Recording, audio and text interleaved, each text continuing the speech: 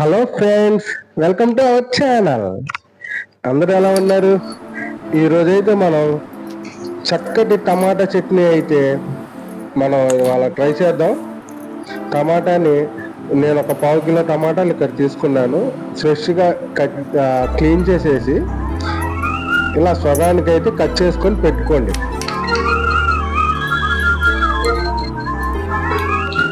తర్వాత స్టవ్ పెట్టి ప్యాన్ వేసుకొని దాంట్లో ఆయిల్ వేసుకొని అలా ఇంకా అందులో టమాటాలు మనం కట్ చేసుకున్న టమాటాస్ ఏవైతే ఉన్నాయో అవి దాంట్లో వేసేసుకొని ప్యాన్లో, అలాగే ఒక 6 చిల్లీస్ అయితే నేను తీసుకోవడం జరిగింది. ఇదే మనకి చాలా మంటగా ఉంటుంది, దీనికంటే ఎక్కువ వేసుకోకండి.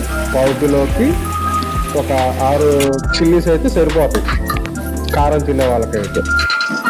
లేదంటే కారం తక్కువ కావాలనుకుంటే 2 చిల్లీస్ తగ్గించుకొని 4 చిల్లీస్ అయితే వేసుకోండి. ఓకే, ఇప్పుడైతే మనం ఈ టమాటాస్ మొత్తం గ్రైండ్ చేసుకుందాము.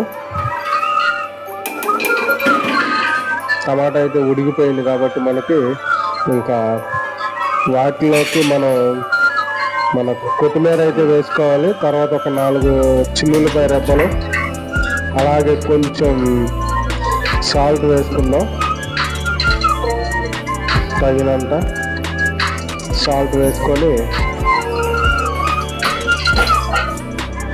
అలాగే జీలకర్ర కూడా కొంచెం యాడ్ చేసుకోవాలి టేస్ట్ కోసం.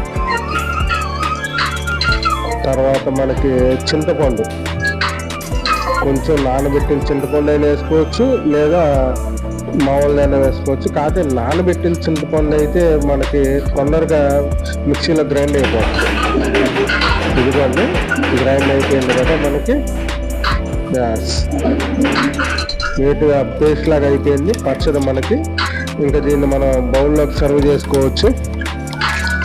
వీటిని మనం అన్నంలోకి, లేదు మనకి మార్నింగ్ టిఫిన్, బ్రేక్ఫాస్ట్, అట్టు, దోశ, అలాగే ఇడ్లీలోకి, అలాగే గారెలోకి, దేంట్లోకైనా వాడుకోవచ్చు. ఓకే ఫ్రెండ్స్, ఛానల్ని సబ్స్క్రైబ్ చేయండి మరిన్ని వీడియోస్ కోసం. Thanks for watching.